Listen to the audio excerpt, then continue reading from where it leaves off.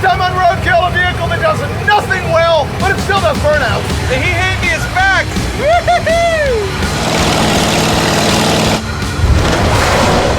Oh! That's the cooling system. Run!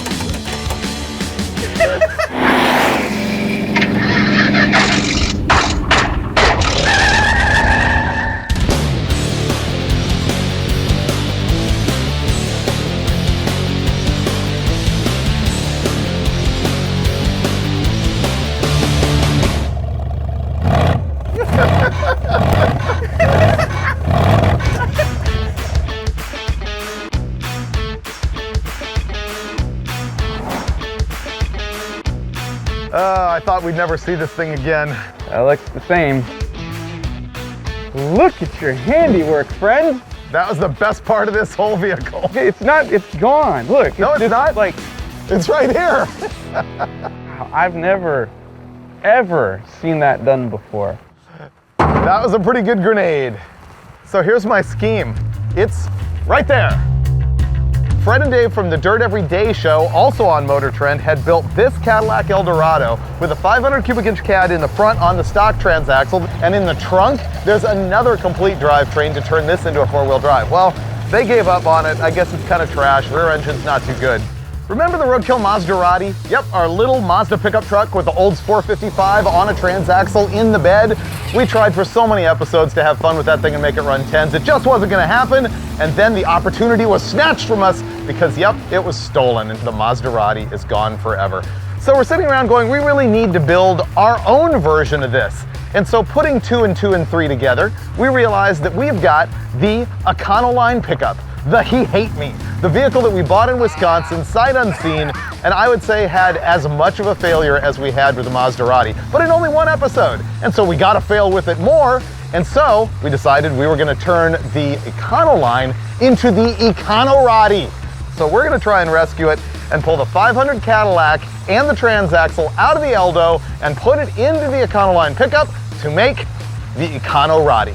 It makes no sense whatsoever, and that's why we're Roadkill. But first, this needs to run.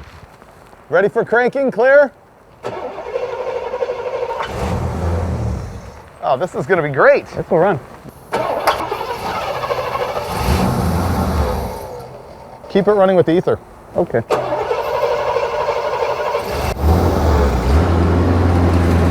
Works. Ah, look at that. You're a genius. Warming up, settling right in. This will definitely go 10. Yeah. Ah, let's go road test it. Okay.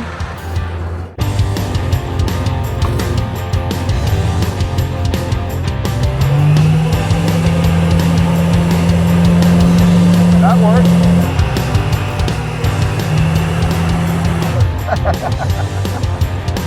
Yeah, my underwears are wet. So it has death wobble a little. The brake light is on. The wipers don't work. I wonder if the headlights work. Boom. All the agony you're having, I'm having, plus driving. So you're wet and you feel guilty. And I can't see. I keep thinking we're gonna run into things. Me too. Ooh, open stretch. Ooh, nice. I can Ace Ventura it, but then I got rain in the face. It's a little better than the windshield. Ah!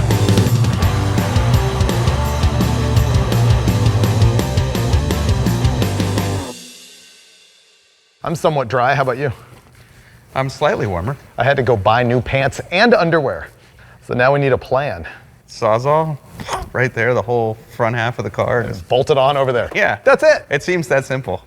Yeah, I think we literally need to take the whole front clip off and saw the frame back there, because I think we can put this suspension and everything in that truck. We just have to keep the tie rod from steering the thing. All right. And I think we've already been schooled by Dave Chappelle, who put the other back half or front half of another car back there. See, this is where the front bumper goes. This is the whole front clip. You know what I'm worried about right now? Look how little overhang the Econoline has from the center line of the wheel to the back of the transaxle. I was worried about that, which is why I think we section it. And we cut the wheel well and just move it all forward. I was just thinking it would be really fun to make a truck this long. Oh, stubby it up? Yes. So let's get the front clip off this thing and start there. Okay.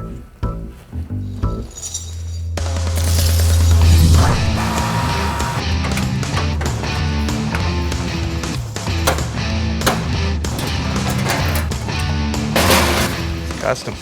We have a Cadillac now that is approximately 10 inches wider than this little tiny pickup, and yet we're gonna slam that 500-inch motor into the bed of this thing. No problem. Okay, the hacking ensues.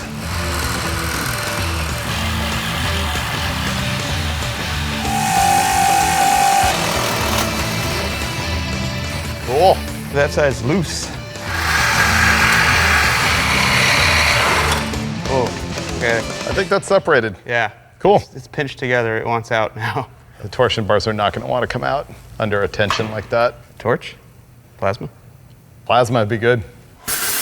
Well, we think the only thing holding it together is the torsion bars that run from the lower control arms, so I'm plasma cutting them off. Woo! That's what I was expecting.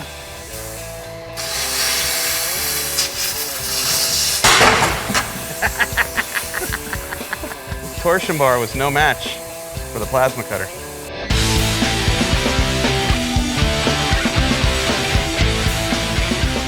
If we put it there, the tailgate will be about here. Let's do it. Mike and I hashed out the philosophy on this for a long time. And finally, the thing that really snapped my decision was realizing I do not want to run 10s in this thing. Have you seen where you sit in one of these? When you hit the guardrail, there is nothing between you and death. That really sums up my career anyway. But I think we finally made the decision that we're going to go ahead and make it short and goofy looking. This thing is so rusty we cannot unbolt anything, but we can plasma cut anything.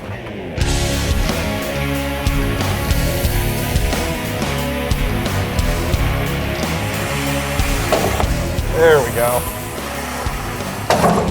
Finally. Well, we sort of eyeballed exactly where the engine's gonna lay and where the tire's gonna go and everything, and so Finnegan's gonna hack this much out of this truck right now.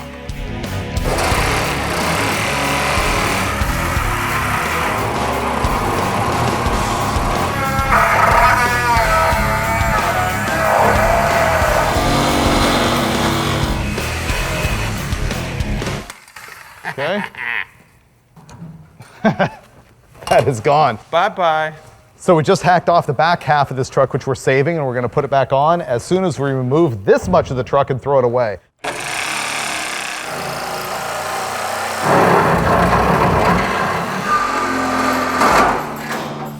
Well, this is a big moment right here, because the Caddy and the Econoline are about to go on their first date. They won't be totally married, they won't be welded together, but we're gonna see how they fit right now.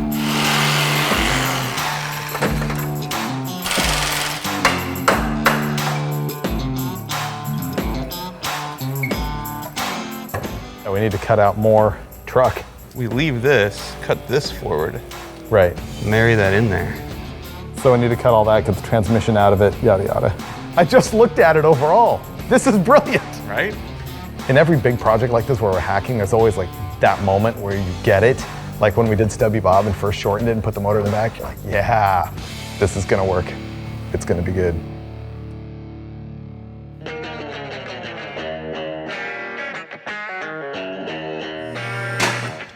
Factory motor mounts go down to that cross member, and it's sitting on the oil pan in the cross member, and there's 3 bolts holding it. So I think if you just take those 3 bolts out with a trans jack under it, this comes out. See how this transmission is completely hashed and broken? When we bought the Econoline, like the biggest disappointment is it wouldn't even do a burnout. And one of my greatest achievements was at the very end of the episode when I tried desperately to make a burnout and boom, blew this thing up like I have never blown up a transmission before. It was great. Let's go to the instant replay.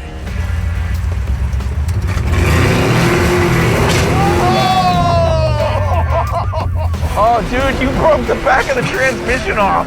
It's everywhere. That is some shrapnel. Look at his dragging junk on the ground. You gotta give me credit. That's the best transmission failure we've ever had on Roadkill, right? Oh, you win. Woo!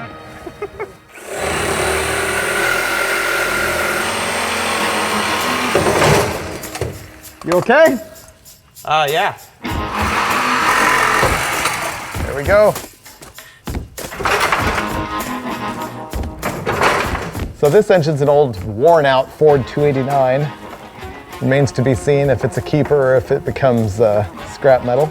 It was only overheated 19 times. Oh yeah. We are making big progress. We got the old engine and trans out, and right now I'm gonna notch this last bit of floor so that we can now slide the Cadillac engine all the way up in here.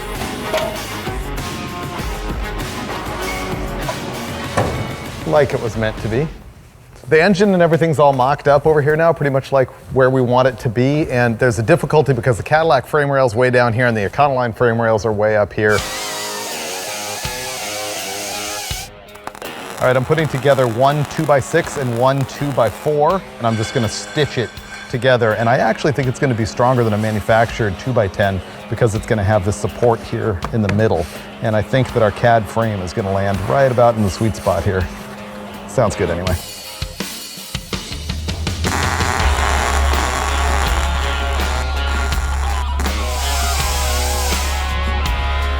Can you stand on the front and tilt it? There we go, a little more girth. Got it. So we're at 17 inches from the cut, right? Yeah. Roughly there. Going in there. Time to marry the Cadillac to the He Hate Me. It's so convenient. Take out your motor and you have like an escape hatch right here.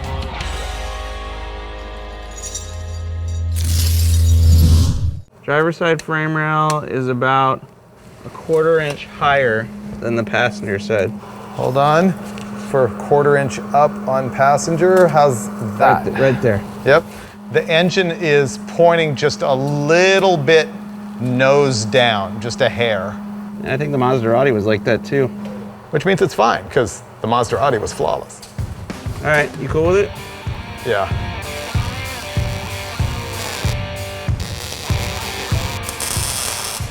This is really happening.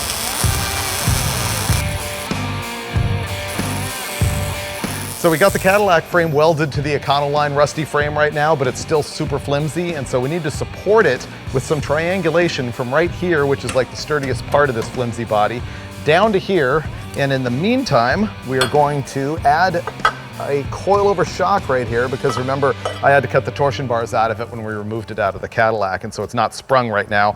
And these old Fox shocks left over from the vet cart are gonna solve that problem. 6 inches there, plus another 2, plus 2. Correct. 8. So 8. We'll take 7 as a starting point in the ballpark. You can see this is a very precision operation, give or take 3 or 4 inches.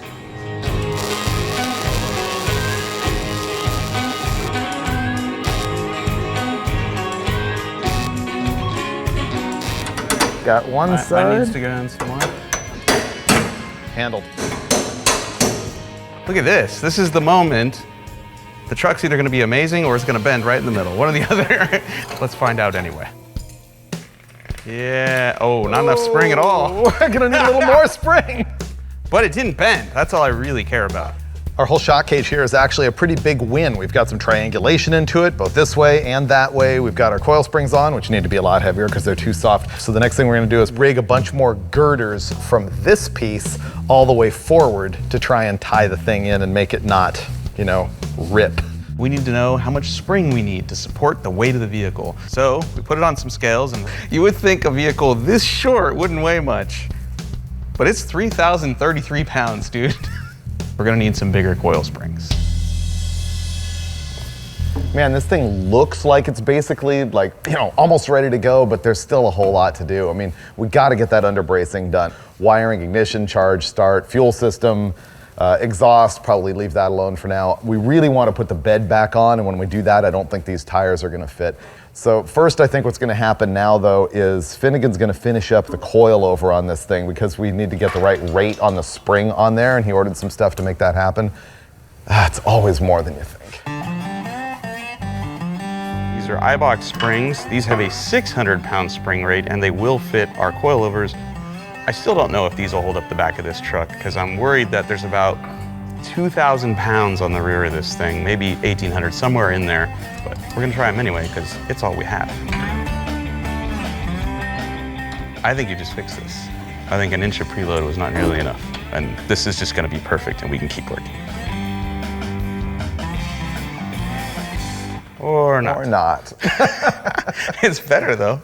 Yeah, it sits higher so we can at least move it around now. Yeah, the springs are just too soft. I mean, we can get more ride height out of it. Well, it's good enough now to roll it out, put it on jack stands, and go weld those braces and stuff, I think, don't you?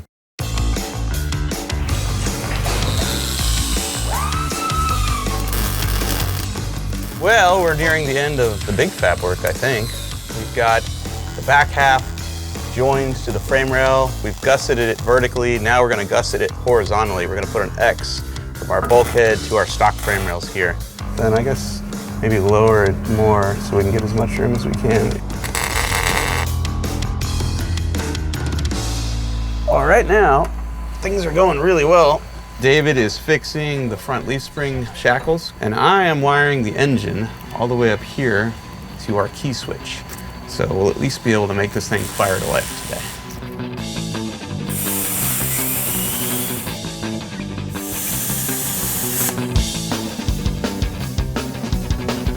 Brace yourself for next level roadkill butchery, which is actually going to make this vehicle even more safe. Check out the spring shackle on the back of the leaf spring on the front end of this thing.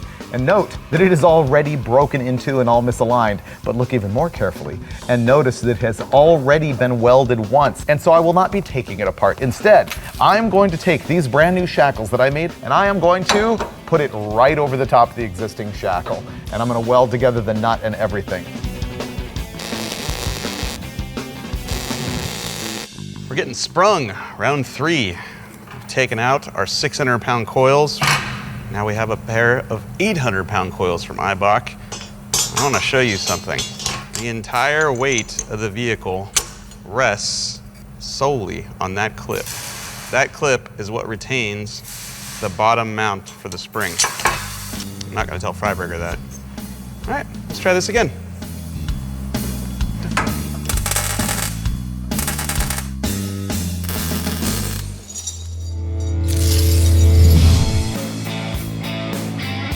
This thing of beauty right here is the basic layout for our new supercooling system.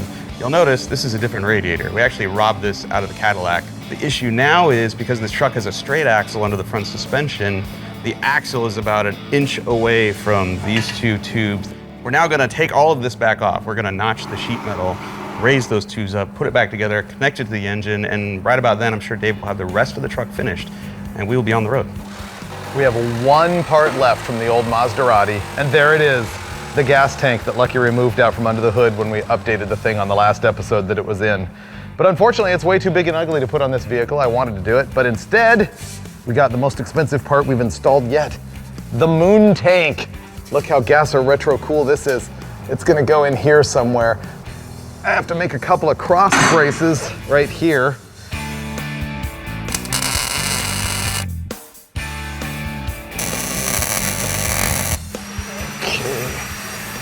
Yeah, that's cool.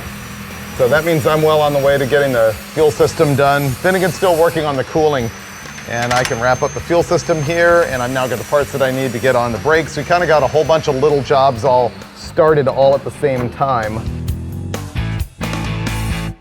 All right, Finnegan's finally got the whole cooling system finished, so we're gonna put it on the ground and see if those coil springs work. Come on. And it's sinking right to the ground again.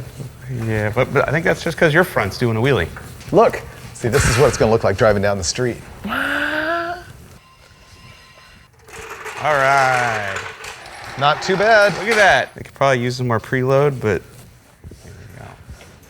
Let's crank it up some more.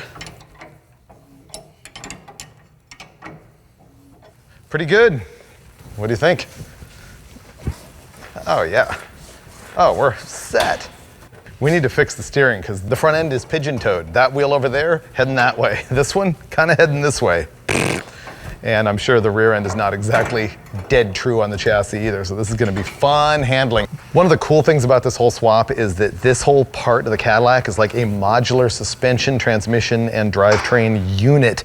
Meaning it's got the control arms and everything, which are actually like way more beef than anything we had on the Maserati. The downside is because this is a front end, it steers and we don't want it to, so we have to lock it out. When Fred and Dave did the Cadillac, they just took the whole steering box out and welded this brace in right to the steering linkage to keep it from steering.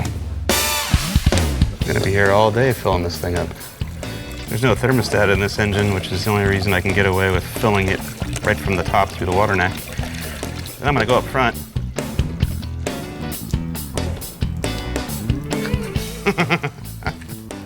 It might have been too good to be true. Dave, we're gonna need another Cadillac radiator. I installed this radiator without noticing that right there. But we'll get another one, and the rest of the plumbing dialed.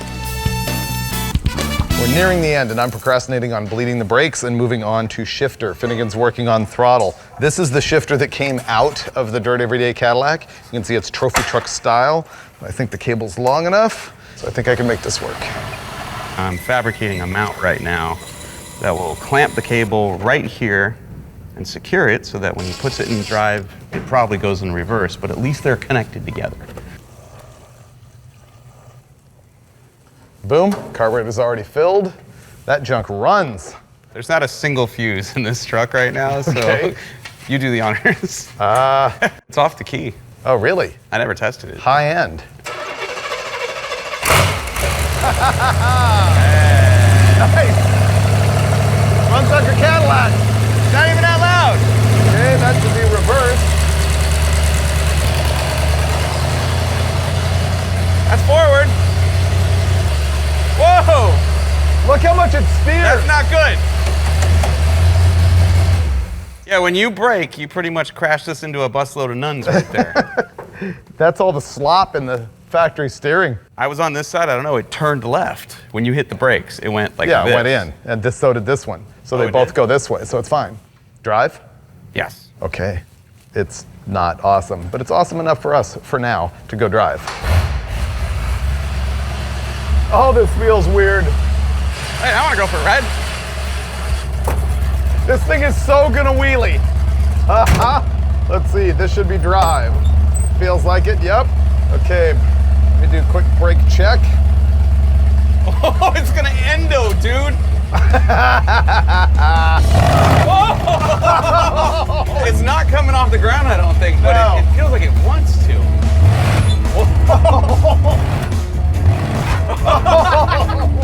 So that's the shocks bottoming out in the back. Probably, yeah, and it's steering all over the place because the rear end and the front end are both jacked. It does the cabbage patch. Yes, Like, it does. The nose dives and the back starts steering. Oh, it's so weird. Oh, that's the back end hitting the ground or something, or the... See, right now, this feels pretty good. That's because we're going 12. Whoa! That is hilarious. We go out there and we drive the thing around, and the first thing we notice is you stand on the brakes and it just, it endos. And when you goose it, it seems like it wants to do a wheelie, but either the shock is bottoming or the frame's hitting the ground, something. So it seems to be overheating. I don't know why. We're gonna roll it out there and do what's really important, which is find out what's stopping it from doing wheelies. We came out here to watch the back of the thing to see if it's hitting the ground, and we need to hurry because it's hemorrhaging all of the fluids right now. All right, go ahead. It bounces the back off the ground. Do it again. Oh yeah. It actually hops the rear wheels off the ground. Oh, really? Yeah, try it again. It's great.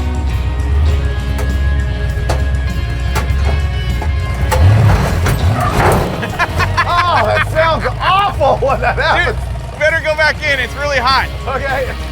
That was all kinds of ridiculous fun in all sorts of ways that mean that this thing is terrible. It's too short, it doesn't steer right, the front end's too soft, the back end's too soft, the frame hits the ground, but it does endos. But I think it'll do wheelies if I take out that coil spring and just install this steel rod right there. But you'll have to wait and find out tomorrow, because right now I'm going home before I get arrested.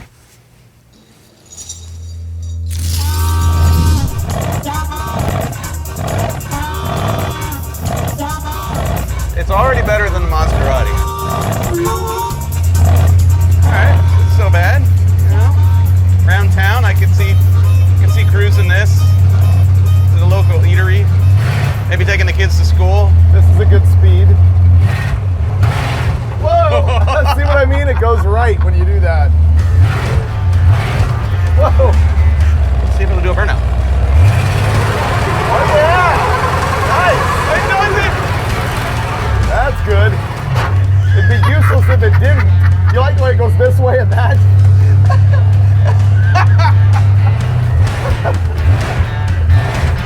This is so unsafe. I know. It's like having hydraulics. Kinda.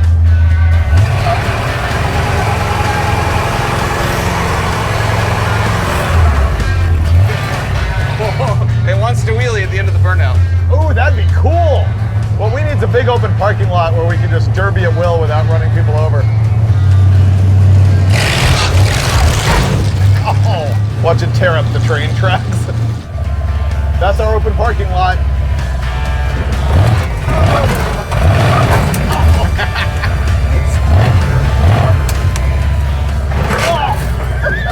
You know what's the most fun part of this thing?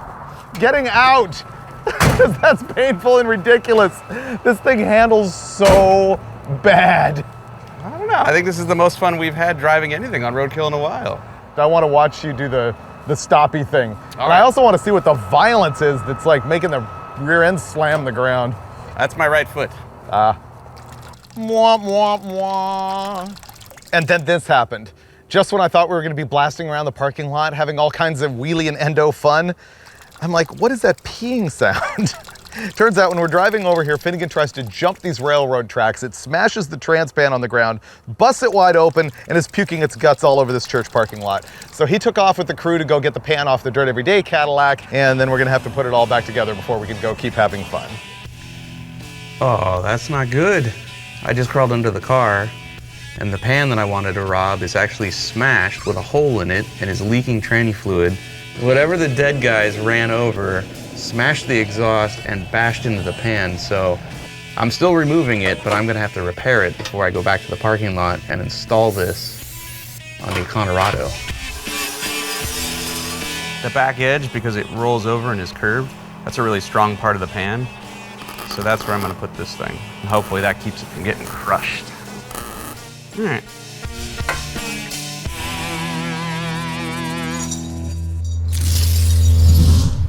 Yeah. Come bearing gifts. I'm gonna push it up out of the puddle. Ooh, nice. It's a big one. It needed two things. It needed a whole lot of welding, and then it needed this for us. Oh, sweet, skid plate. Yeah, I think that Great. that might prevent future calamity.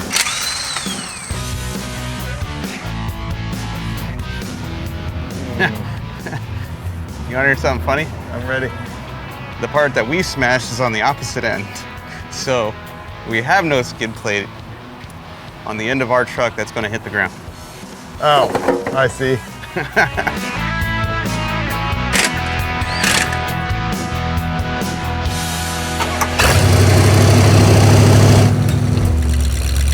Finally, we're at our very first test. He is gonna haul in here and stand on the brakes. We're gonna find out how far the back end comes off the ground.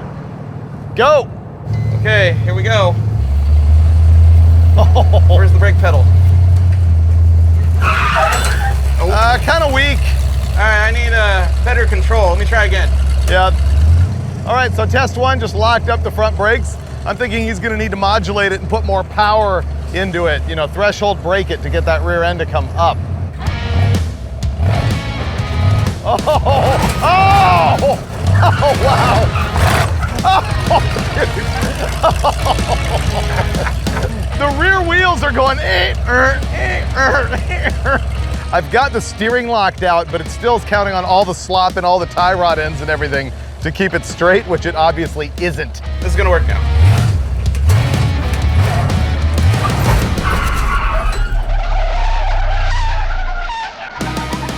Oh, dude! That much! Easy!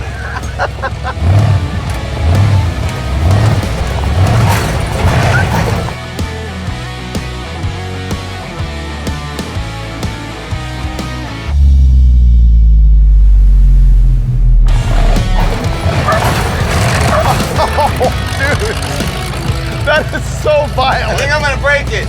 All right, he's determined that he's gonna break it if he keeps doing that, but man, it's ridiculous. Right now, I think we're gonna attempt wheelies. I think we're gonna take the coilovers out because they're way too soft, and we're gonna put these homemade strut bars in there that will lock out the rear suspension. So when you hit the gas, it should just do this gracefully, and then fall back to earth with Freiberger at the wheel. We got an ambulance? Roadkill coil spring, solid bar, no suspension travel whatsoever. Our fabrication has worked pretty good. Thus far. Put her on down. That is stiffer. Yeah, stiffer. That might not hit the ground unless you wheelie.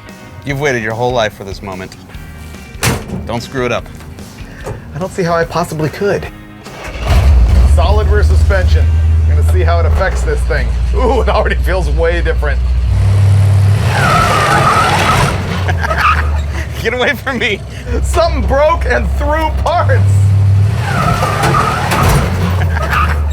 I believe you broke, yeah, you just folded the tabs in half. Yeah, I thought that might happen. Oh, but it's still functional. That's the end of your wheelies, but that doesn't mean you can't do donuts. So it still has not suspension. It's just much lower ride height. You have stiff not suspension. It wasn't gonna do a wheelie. Not easily, anyway. Roadkill car's never really broken until it can't do a burnout, right? I don't think this is gonna let us down. Ready for tire fire? Oh yeah. There we go, there we go. Sounds bad.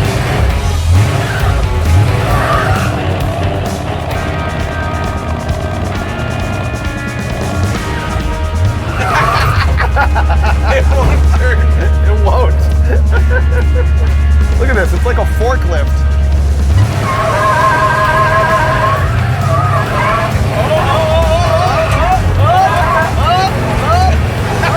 There we go.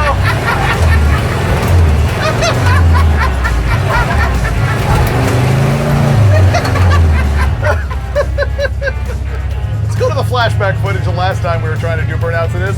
It felt exactly the same.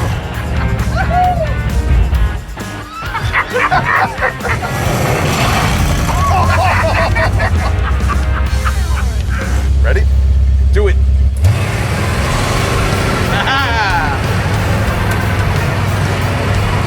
It's working!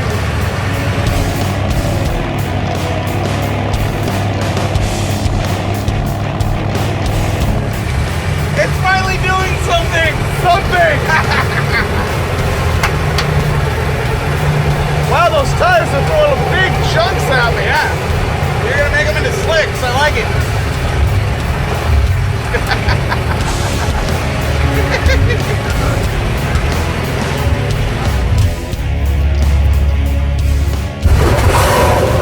Oh! That's the cooling system.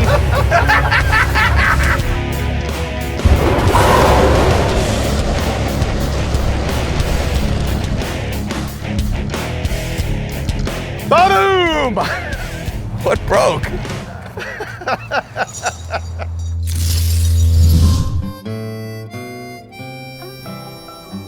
Well, that was completely stupid, even by Roadkill standards. Thing is, Finnegan has now ditched me. He's got this big race going on with the guys at the Hoonigans. They're gonna do this showdown of his Blasphemy 55 Chevy versus their 55 Chevy at the NHRA Winter Nationals, which is in like 4 days. And so he's jamming to get that done. So I'm sitting around going, what am I gonna do with this thing? We gotta show up at Pomona in the thing. And so I'm gonna call in Dulcich to help me out, and we're gonna fix what's wrong, and I'm gonna try and make this thing actually run and drive.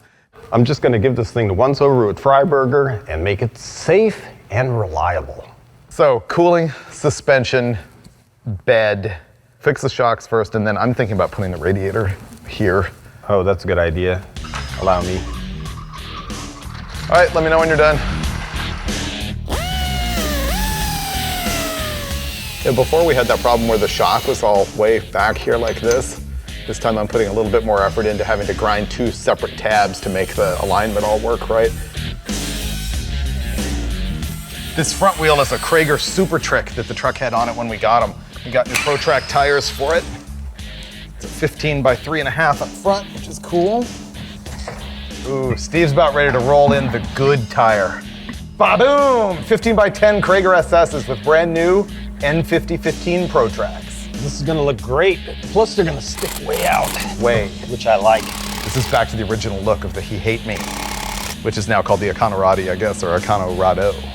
At this point, the shock is fully topped out, and so the bummer with that is we've got no extension travel at all now. So this is not the way these things are supposed to be used, but they're the way Roadkill's going to use them.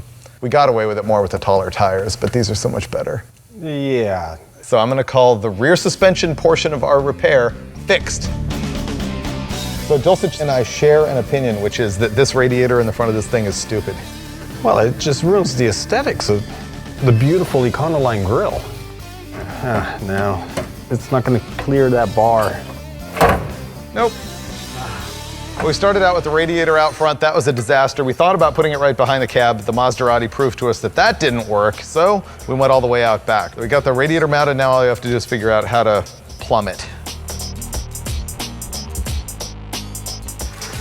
Okay, what I'm gonna do here is replace the shock absorbers. They replace pretty easily, and this thing is gonna ride like a Cadillac. All right, down she goes. Whoa, look at that. The shock absorbers actually lifted the front end of the vehicle, so gas charge shock. I like oil better, but I'm old school. This is the part I've been waiting for.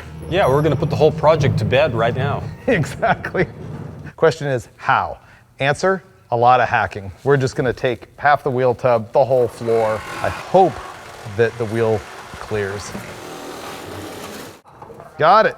I can't wait to see how great this looks. Me too. Okay, we definitely need a clearance for the coilover. Oh, the tire is gonna hit. We need to trim the wheel well. What a bummer. Oh man, we're gonna have to lose the factory wheel lip. Maybe I can just move the whole thing up. Just cut out the wheel tub. Just, you know, like here, here, here, and just move it up. Move the whole thing up? Yeah. You mean section it? Yeah. Well, Freiberger, I think you're probably just the man to do it. I'm gonna.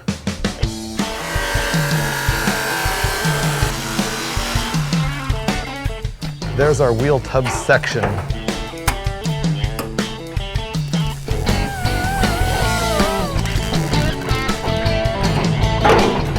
That fits like a glove.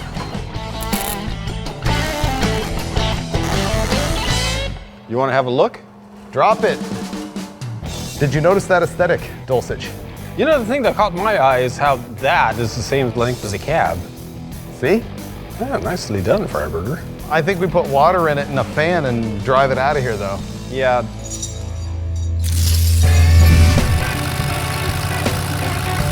It's way more controllable now, though. Oh, good. Yeah, it was super sketchy before, whereas now it's, you know, normal. Not only that, but it looks great with the bed on it. Yeah.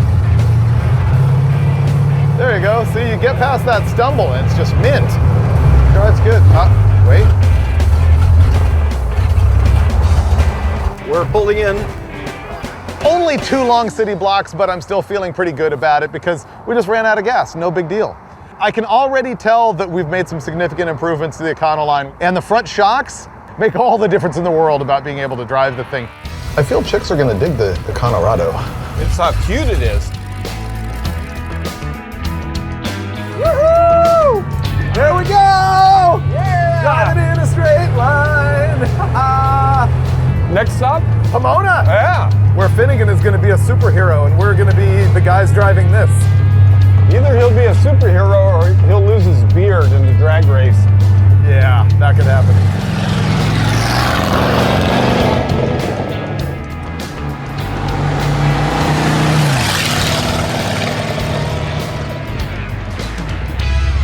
We're here. Made it. Hey, there's Finnegan's car. Yep. Ready? Yep. Oh! Ah! Boom! You know what? I feel vindicated because like 3 days ago when Finnegan and I were messing around with this thing, it was absolute trash. Now it's just garbage? Now it's just garbage. We proved it's actually like a functional, cute little vehicle. I don't know why I keep saying that. It's just so cute. I really like this thing.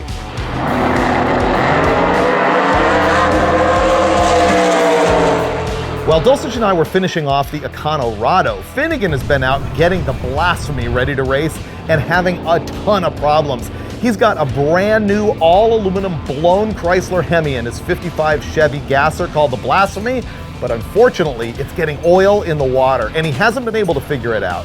And it's so bad that he is about to race with no water in the block at all. But he has no choice. See, the reason he's here is that John Chase from the Hoonigans called him out on social media and they're gonna do a best 2 out of 3 race. the 55 gasser Blasphemy versus the Hoonigans 55 gasser called Try 5 by Fire. And it's happening right here at the NHRA Winter Nationals in Pomona. The winner is going to get all kinds of internet glory, and the loser has to shave his beard. This is just a test pass. He's had so much trouble, he's got no water in the block at all. I know, he doesn't need water, he's Mike Finnegan. There you go.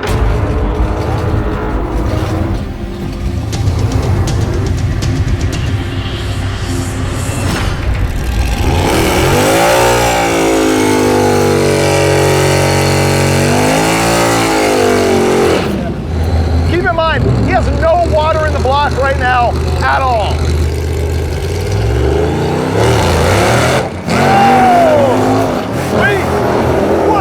That looked amazing. Wow. And he pulled the chute. Yeah, that was a beautiful wheelie. And I don't think there's any parts on the track, so I think we survived that one. Now he's got hope. That was a hell of a ride. That is the biggest wheelie this car has ever made. Finally, we're about to get to the internet's most hyped moment of 2019. Yes, it is. Clearly. And Finnegan is going against the Hoonigans. They have a Junkyard 5.3 in their car with like a Magnuson supercharger on the thing. And Finnegan is going to curb stomp them. Oh, he's definitely in for the win. Right? Hey. How you doing? Oh, dude, it's either gonna go really well or not really well. Let me welcome you to your office. NHRA Pro Stock is running, and next up is Finnegan and Hoonigan.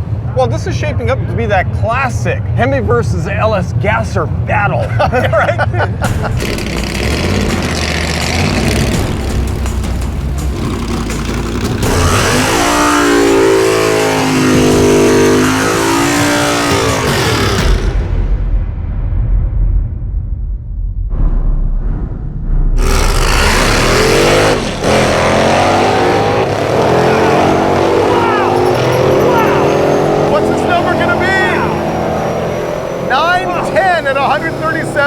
So Finnegan knew he had this guy covered bad. He went faster than that last night in testing.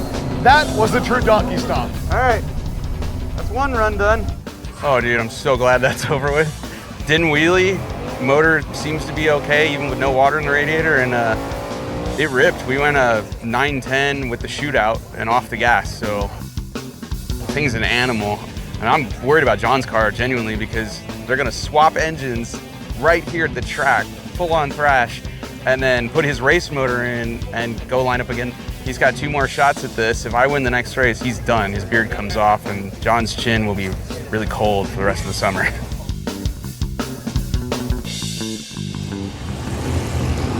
This is it. They're calling us up to lanes. Finnegan's feeling kind of pressured right now. Come on, let's go, let's go, let's go. Here we go. Hoonigan has a brand new engine. They're claiming huge power.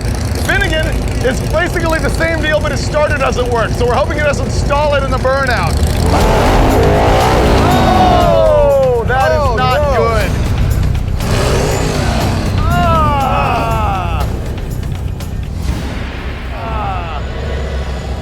Oh, man. That is very ungood.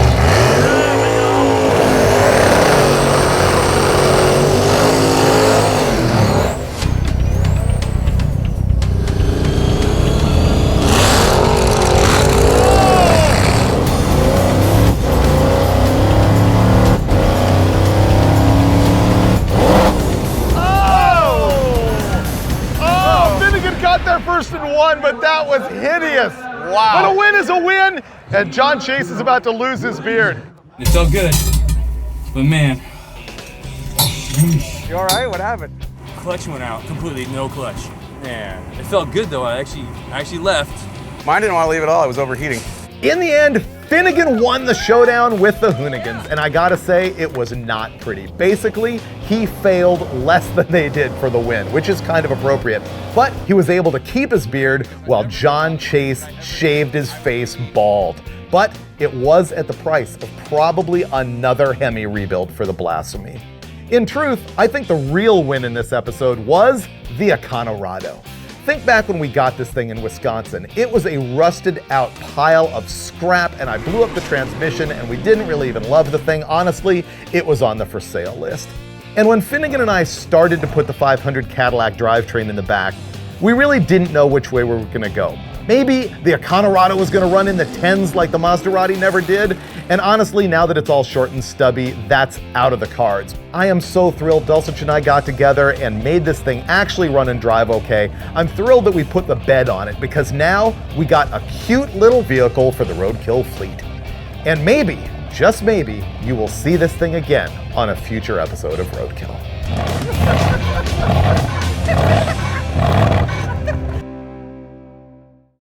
Hey, one more thing. A lot of people have been asking me on social media, what's happening with Junkyard Gold with Steve Magnante? Answer is, it's coming back.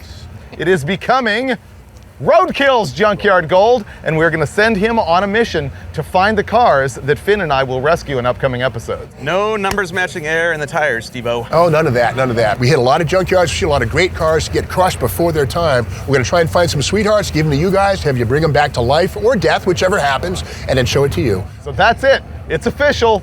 Junkyard Gold is coming back as Roadkill's Junkyard Gold on Motor Trend. Honestly, I just can't live with the radiator up in the front like this. I mean, you've got an Econoline, it's got a trademark, grill here, grill down there, and you just slap a radiator right in front of it? I mean, what kind of crap is this anyway? What kind of a show are you running here, Freiberger?